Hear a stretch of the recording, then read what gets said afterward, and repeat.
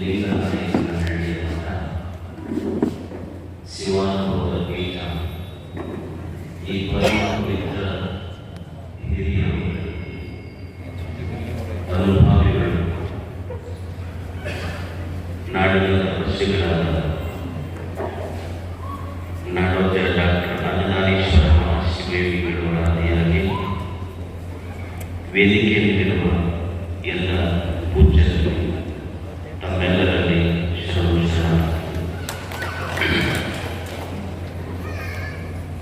ಈ ವಿಶ್ವದಲ್ಲಿ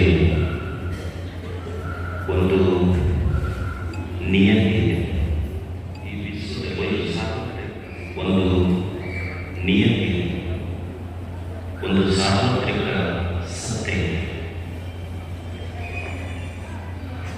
ಪ್ರತಿಯೊಂದು ಕಾರ್ಯದ ಹಿಂದೆ ಒಂದು ಕಾರಣ ಇರಲೇಬೇಕು.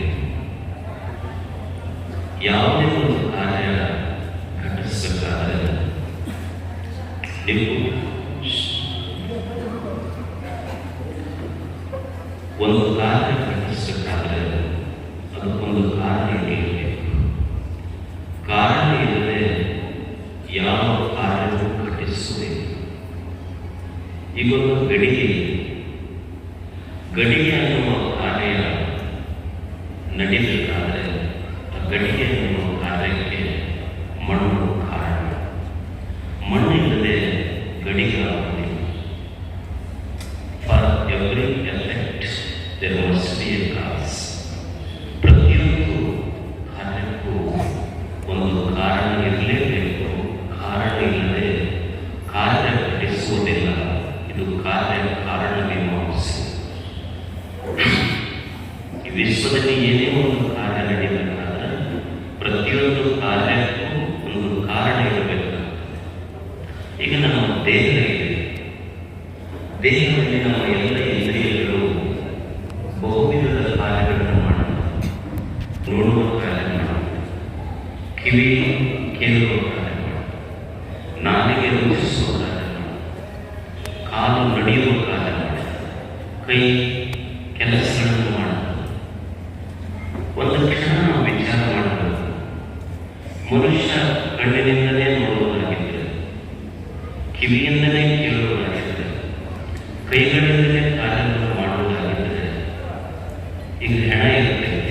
ಒಬ್ಬ ವ್ಯಕ್ತಿ ಸತ್ತ, ಅವನಿಗೊಂದು ಊಟಕ್ಕೆ ಕೊಡೋದು ಕುಂದಿರಿಸಿರ್ತಾರೆ. ಮತ್ತು ಕಣ್ಣಿಂದ ನೋಡಲಿಕ್ಕೆ, ಕಣ್ಣಿದೆ ಇಲ್ಲ ಅದು ಕಣ್ಣಿದೆ ನೋಡಿಲ್ಲ, ಕಾಲಿಂದಲ್ಲ ನಡಿಲಿಲ್ಲ, ಕಿವಿ ಇರ್ತಲ್ಲ ಕೇಳಿಲ್ಲ. ಈಗ ಒಂದು ಹೆಣ ಕುಂದಿರಿಸಿದಾಗ ಅಲ್ಲಾಡ್ತಿರ್ತಾರ, ಹಾಡಾಡ್ಕೊಂಡು ಆಡ್ತಿರ್ತಾರ. ಯಾರೋ ಸ್ನೇಹಿತರು ಒಂದು ವಿಚಾರ ತಗೊಂಡು ಬಂದಾಗ ಅವ್ರ ಮನೆಯವರು ಬಳಸ್ತಿರ್ತಾರೆ. ನೋಡು ನಿಮ್ಮ ದೋಸ್ತ್ ಬಂದಾಗ ನೋಡಿ, ನೀವೆಷ್ಟು ಒಬ್ಬರಿಗೊಬ್ಬರು ಬಿಟ್ಟಿರ್ತಿದ್ದಿಲ್ಲ. ನಿಮ್ಮ ಸ್ನೇಹಿತರನ್ನು ಕಣ್ಣರ ತೆಗೆದಿ ಅಂತ ಬಳಸ್ತಿರ್ತಾರೆ. ಮತ್ತು ಇವರು ಹಿಂಗೆ ಅಂದ ಕೂಡಲೇ ನಾವು ಕಣ್ಣು ತೆಗೆದ್ರೆ ಇವರಿಬ್ಬರು ಕಣ್ಣು ಮುಗಿಸ್ಬೇಕಾಗ್ತಿದ್ದೇವೆ. ಹಂಗೆ ಸಾಧ್ಯ ಇದೆ. ಕಣ್ಣೈತೆ ನೋಡ್ಲಿಕ್ಕಾಗಿ, ಕಿವಿ ಇದೆ ಕೇಳಲಿಕ್ಕಾಗಿ, ಕಾಲಿದೆ ನಡಿಲಿಕ್ಕಾಗಿ, ಕೈ ಇದೆ ಮಾಡಲಿಕ್ಕಾಗಿ. ಕಣ್ಣಿನಿಂದ ಕಣ್ಣು ನೋಡುವುದಿಲ್ಲ, ಕಣ್ಣಿನ ಮುಖಾಂತರ ನೋಡುವುದಿಲ್ಲ. ಕಿವಿ ಕೇಳುವುದಿಲ್ಲ, ಕಿವಿಯ ಮುಖಾಂತರ ಕೇಳುವುದು. ಕೈ ಮಾಡುವುದಿಲ್ಲ, ಕೈ ಮುಖಾಂತರ ಮಾಡುವುದು. ಹಾಗಾದರೆ ಕಣ್ಣಿನ ಕಣ್ಣಾಗಿ, ಕಿವಿಯ ಕಿವಿಯಾಗಿ, ನಾಲಿಗೆಯಾಗಿ ಒಳಗೊಂಡು ಯಾವುದೂ ಇದೆ ಅದು ಕಣ್ಣನ್ನು ನೋಡುವಂತೆ ಮಾಡಿದೆ. ಕಣ್ಣಿನ ಕಣ್ಣಾಗಿ, ಕಿವಿಯ ಕಿವಿಯಾಗಿ, ನಾಲಿಗೆಯಾಗಿ, ಚರ್ಮವಾಗಿ ಒಳಗಿದ್ದು ಕೆಲಸ ಮಾಡಿದ್ದು ಯಾವುದು? ಮನಸ್ಸು. ಈ ಮನಸ್ಸಿರದೇ ಇದ್ದರೆ ಕಣ್ಣು ನೋಡುವುದಿಲ್ಲ, ಕಿವಿ ಕೇಳುವುದಿಲ್ಲ, ನಾಲಿಗೆ ರುಚಿಸುವುದಿಲ್ಲ, ಕೈ ಕಾರ್ಯಗಳನ್ನು ಮಾಡುವುದಿಲ್ಲ. ಅದಕ್ಕಾಗಿ ಲೋಕದ ಚೇಷ್ಟೆಗೆ ರವಿ ಬೀಜವಾದಂತೆ, ಕರಣಗಳ ಚೇಷ್ಟೆಗೆ ಮನವೇ ಬೀಜವಾದ. ಲೋಕದ ಚೇಷ್ಟೆಗೆ ರವಿ ಬೀಜವಾದಂತೆ, ಕರಣಗಳ ಚೇಷ್ಟೆಗೆ ಮನವೇ ಬೀಜವಾದ. ಅಂದರೆ ಈ ಎಲ್ಲ ಇಂದ್ರಿಯಗಳು ಮನುಷ್ಯನ ಜ್ಞಾನೇಂದ್ರಿಯಗಳಿರಲಿ, ಕರ್ಮೇಂದ್ರಿಯಗಳಿರಲಿ, ಅವು ಕೆಲಸ ಮಾಡಬೇಕು.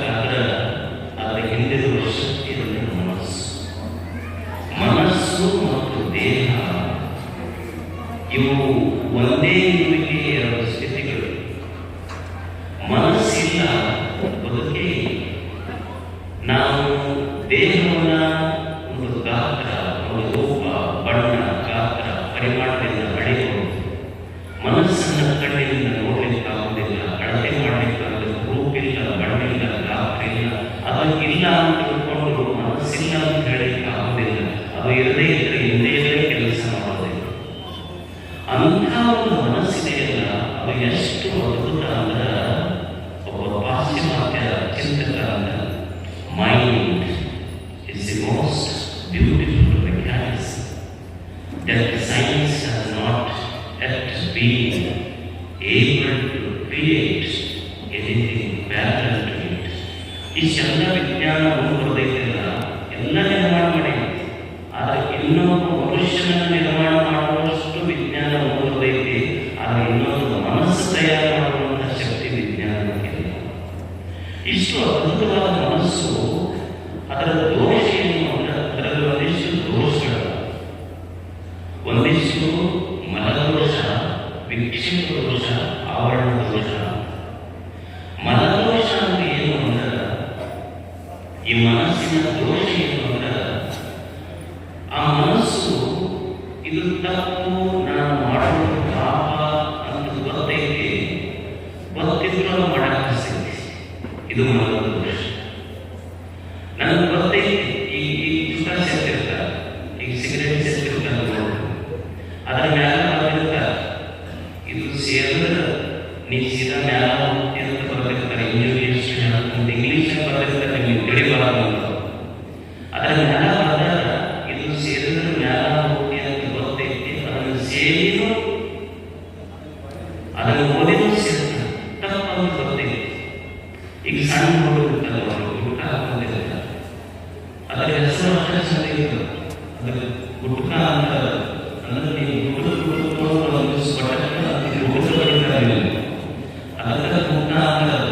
ಅದು ಗೊತ್ತೈತಿ. ಅದು ಹಾಕೊಂಡ್ರೆ ನನಗೆ ಕ್ಯಾನ್ಸರ್ ಆಗ್ತೈತಿ ಅಂತ ಗೊತ್ತೈತಿ. ಆದರೂ ಬಿಡುವುದು ನಮ್ಮ ಮನಸ್ಸು. ಅಂದ್ರೆ ಅದು ತಪ್ಪೈತಿ ಅಂತ ಗೊತ್ತಿದ್ದು ನಮ್ಮನ್ನು ಮಾಡಿಸಕ್ಕೆ ಸಿಗುತ್ತೆ.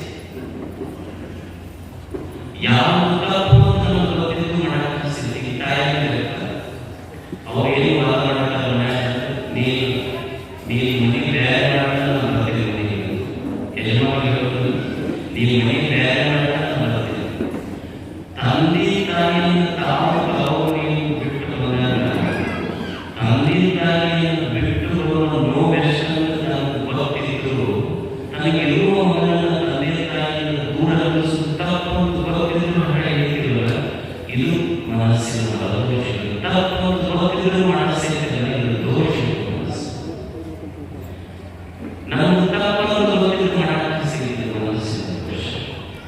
ಮತ್ತು ಅದು ಚೆನ್ನಾಗಿ ಮನಸ್ಸು ಏನು ಅಂದ್ರೆ ಬೆಳಗ್ಗೆ ಒಂದು ಹೇಳ್ತೈತಿ, ಮಧ್ಯಾಹ್ನ ಒಂದು ಹೇಳ್ತೈತಿ, ಸಾಯಂಕಾಲ ಒಂದು ಹೇಳ್ತೈತಿ, ಅದೆಲ್ಲ ಚೆನ್ನಾಗಿ ದೋಷ. ಈ ಮನದ ದೋಷಗಳಲ್ಲ, ಈ ಮನದ ದೋಷಗಳಿಂದ ಮನುಷ್ಯ ಮುಕ್ತನಾಗಿರ್ತಾನೆ. ಈಗ ಯಾರೋ ಒಬ್ಬರು ಒಂದು ಶಬ್ದ ಅಂತ ಎಷ್ಟು ವಿಚಿತ್ರ ಅಂದ್ರೆ, ನಿಮ್ಗೆ ಯಾರೋ ಒಂದು ಶಬ್ದ ಹೇಳಿದ್ರು, ಚುಚ್ಚುಮುಳಿಗಳನ್ನ ಆಡ್ತಾರೆ, ನಿಂದೆಯ ಮಾತುಗಳನ್ನ ಆಡ್ತಾರೆ. ಅವಾಗ ನೀವು ಏನು ಮಾಡ್ತೀರಿ, ನೀವು ನಾವು ಬಹಳ ಕೆಟ್ಟ ಶಬ್ದ ಮಾಡೋರು, ಮಾತಾಡೋರು, ಈ ಒಣೆಗಳನ್ನು ಆ ಒಣೆ ಬಿಟ್ಟು ಬರ್ತೀವಿ, ಬಹಳ ಆ ಊರು ಬಿಟ್ಟು ಹೋಗ್ತೀವಿ.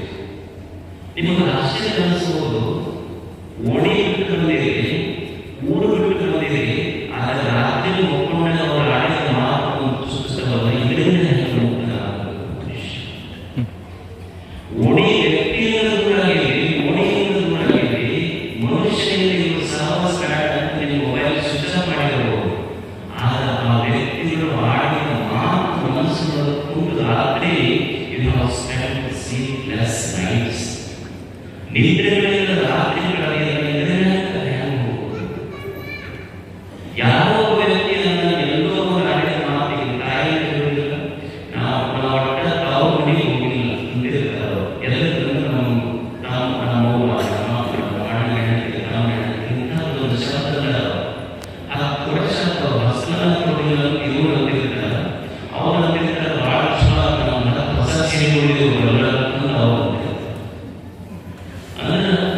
ಮನುಷ್ಯನಿಗೆ ಯಾರೋ ಒಂದು ಶಬ್ದ ವ್ಯಕ್ತಿ ಕೂಡ ನಾವು ಮನಸ್ಸು ಮುಂದೆ ಕಾಣಿಸಲಿಲ್ಲ. ಎಲ್ಲೋ ಶಬ್ದ ಇವತ್ತು ಪ್ರತಿನಿತ್ಯ ಕಾಣುತ್ತದೆ. ಹಾಗೆ ಮುಕ್ತನಾಗಬೇಕು ಮನುಷ್ಯ. ಯಾವ ಒಂದು ಊರೇ ಇರ್ತೈತಿ, ಒಂದು ಹುಡುಗ ಒಂದು ಹುಡುಗಿ ಇಷ್ಟಪಡ್ತಾನೆ. ಆ ಹುಡುಗಿ ಮದುವೆಯಾಗಿ ಅಕ್ಕಿ ಹುಡುಗಿಗಳನ್ನು ಅಲ್ಲೇ ಮಕ್ಕಳಾಗಿರುವಾಗ ಇವ ಇನ್ನೂ ಮದುವೆಯಾಗಿ ಕುಂತಿರ್ತಾನೆ. ಯಾಕ ಇದು ಮಹಿಳಾ ನಾನು ಮನೆ ಇಷ್ಟಪಟ್ಟ ಹುಡುಗಿ ಅಂದ್ರೆ ಆಕೆ ಮದುವೆಯಾಗಿ ಮಕ್ಕಳಾಗಿ ಆಕೆ ರೂಪಗಳಲ್ಲಿ ಕುಂತು ಆಡಲಿಲ್ಲ. ಹಾಗೆ ಮುಕ್ತನಾಗಬೇಕು ಮನುಷ್ಯ. ನಮಗೆ ಯಾರೋ ಒಬ್ಬ ಅತ್ಯಂತ ಹೊಟ್ಟೆಯಲ್ಲಿ ಹುಟ್ಟಿದ ಮಗ, ಹಡೆದ ತಾಯಿ, ಕೈ ಹಿಡಿದ ಧರ್ಮಪತ್ನಿ, ನಮ್ಮ ಅತ್ಯಂತ ಸೈನಿಕರು ಯಾರೋ ಒಬ್ಬ ತೀರಿಕೊಂಡ ಸಾವಿಗೆ, ಆ ಸಾವು 5 ವರ್ಷ 10 ವರ್ಷ ಗಟ್ಟಿಸುವ ಆದರೂ ಮನಸ್ಸುಗಳ ಆಡುತ್ತಿಲ್ಲ. ಅವ್ರ ನೆನಪು ಅವೆಲ್ಲ 5-10 ವರ್ಷ ತೆಗೆದುಕೊಂಡು ಅವ್ರ ನೆನಪಿಗೆ ಮನಸ್ಸುಗಳ ಉಳಿದು ಮನಸ್ಸು ಆಡ್ಕೊಳ್ತಿದ್ದಲ್ಲ, ತಾಪ ಮಾಡ್ತಿದ್ದಲ್ಲ ಮನಸ್ಸಿಗೆ. ಇದರಿಂದ ಈ ಮನಸ್ಸನ್ನ ಮಾಡೋದು ಆಮೇಲೆ ಎಲ್ಲೋ ಹೋಗಿರ್ತಾರ, ಈಗ ಹೋಗಿರ್ತಾರ. ಈಗ ನೀವು ನೋಡಿ ಮದುವೆ ನಡೆಯುತ್ತೆ, ಮದುವೆ ಮನೆಯಾಗ ಮದುವೆಯಾಗಿ ಫೋಟೋಸ್ ಮಾಡೋದಿಲ್ಲ, ಫೋಟೋಸ್ ಮಾಡ್ತಾರೆ. ಮದುವೆ ನಡೆಯುತ್ತೆ, ದೊಡ್ಡ ಮಕ್ಕಳು ಮೊಮ್ಮಕ್ಕಳು ಹೊಸ ಸೊಸಿ ಎಲ್ಲರೂ ನಿಂತು ಅದರ ಒಂದು ಫೋಟೋ ತೆಗೆದು ಬಂದಿರ್ತಾರೆ. ಎಲ್ಲರೂ ನಿಂತು ಫೋಟೋ ತೆಗೆಯ ಕ್ಯಾಮ್ರಾ ಇದನ್ನು ಮುಂದೆ ಬಿಡಾಗ್ತದೆ. ಅವರಿಗೆ ಎಲ್ಲರಿಗೆ ಎಷ್ಟು ದೊಡ್ಡ ಮನೆಯಲ್ಲಿ ಎಷ್ಟು ದೊಡ್ಡ ವೈಭವ, ಎಲ್ಲರೂ ಕೂಡಿ ಫೋಟೋ ತೆಗೆಯಲಿಕ್ಕೆ ಮುಂದಕ್ಕೆ ಆಗ್ತದೆ. ಅಂದರೆ ಯಾಕೆ ಅವಾಗ ಮುದುಕಿದ್ರೆ ಬಹಳ ವಿಷಯ ಇತ್ತು. ಅಕ್ಕಿ ಮ್ಯಾಲ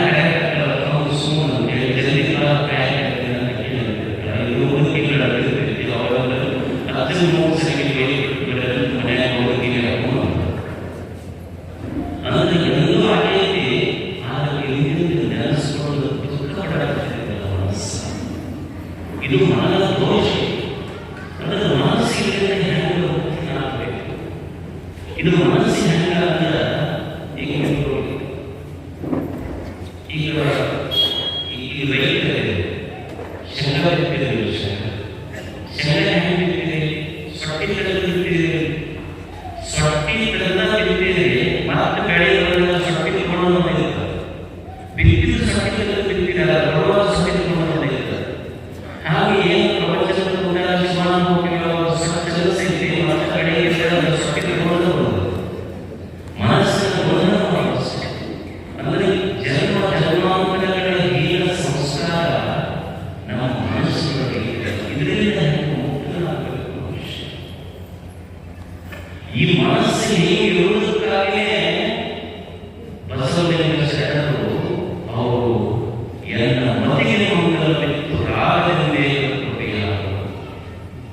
ಮನೆಗೆ ಮಂಗಲವಿತ್ತು ನಿಲ್ಲೋ ಎನ್ನ ಮತಿಗೆ ಮಂಗಲವಿತ್ತು ರಾಗದಿಂದೇ. ಏನು ಒಬ್ಬ ಶಿಷ್ಯ ಗುರುವಿನ ಬಂದು ಕೇಳುವಂತಹ ಗುರುವೇ ಇಷ್ಟು ಕೆಟ್ಟ ಮನಸ್ಸಿದೆ, ನಾನೆಷ್ಟು ನಿನ್ನ ಸನ್ನಿಧಿಯನ್ನು ವಿಶ್ವಾಸಗಳನ್ನು ಮಾಡಿ ಎಷ್ಟು ಸಲ ಪ್ರವಚನಗಳನ್ನು ಕೇಳಿ ಇಚ್ಛೆಯ ಒಳ್ಳೆಯವನಾಗಬೇಕು ಕೆಟ್ಟ ಕೆಲಸ ಇದೆಯಲ್ಲ, ಇಂಥ ಮಲಿನ ಮನಸ್ಸಿಗೆ ಮುಕ್ತವಾಗುವ ಉಪಾಯ ತೋರಿಸಿಕೊಳ್ಳೋಣ ಚಲನೆಗೊಳಿಸಬೇಕು. ಎಲ್ಲ ಮತಿಗೆ ನಾವು ಗುರುಗಳನ್ನು ಕೇಳಿದ್ದೇವೆ. ಒಬ್ಬ ಸತ್ತ ಶಿಷ್ಯನು ಗುರುವಿನ ಕೇಳಿದ ಎಲ್ಲ ಮತಿಗೆ ಮಂಗಲವಿತ್ತು. ನಾವು ಕೇಳೋದು ಮತಿಗೆ ಕೇಳೋದು, ನಾವು ಮಂಗಲ ಕಲ್ಯಾಣ ನಾವು ಓಡಕ್ಕೆ ಹೋಗಿದ್ದೇವೆ ಇಂಥದಕ್ಕೆಲ್ಲ ಹೋಗಿಲ್ಲ. ಅವರು ಮತಿಗೆ ಮಂಗಲವಿತ್ತು, ಮೊದಲೇ ವಚನ ಕೇಳಿದ್ರು. ಎಲ್ಲ ಮತಿಗೆ ಮಂಗಲವಿತ್ತು, ರಾಜನಿಗೆ ಶ್ರೀ ಗುರುವೇ ಸತ್ಕ್ರಿಯೆಯಾಗಲೇ ಸುಜ್ಞಾನ ಸಾಗರ. ನನ್ನ ಮತಿಗೆ ಮಂಗಲವಿತ್ತು ಅಂದರು. ಒಬ್ಬ ಸತ್ಶಿಷ್ಯ ಗುರುವಿಗೆ ಕೇಳುವ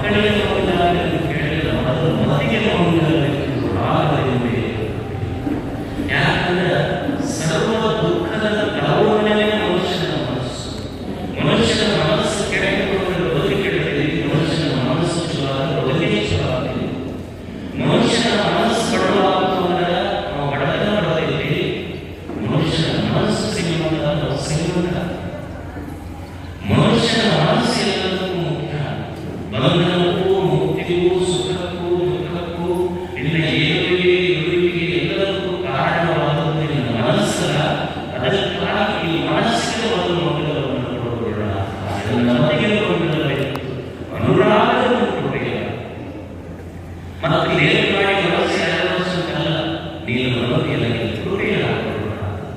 ಮತೀಯ ಹೊಂದಿದ ವ್ಯಕ್ತಿಗೆ ಮನಸ್ಸನ್ನು ಹೌದು ಇದು ಈ ಮನಸ್ಸಿಗೆ ಇದನ್ನು ಹೆಂಗೆ ನಾನು ಶ್ರೀಮಂತಗೊಳಿಸ್ತೇನೆ, ಇದನ್ನು ಹೆಂಗೆ ಮನಸ್ಸನ್ನು ಸ್ವಚ್ಛಗೊಳಿಸ್ತೇನೆ.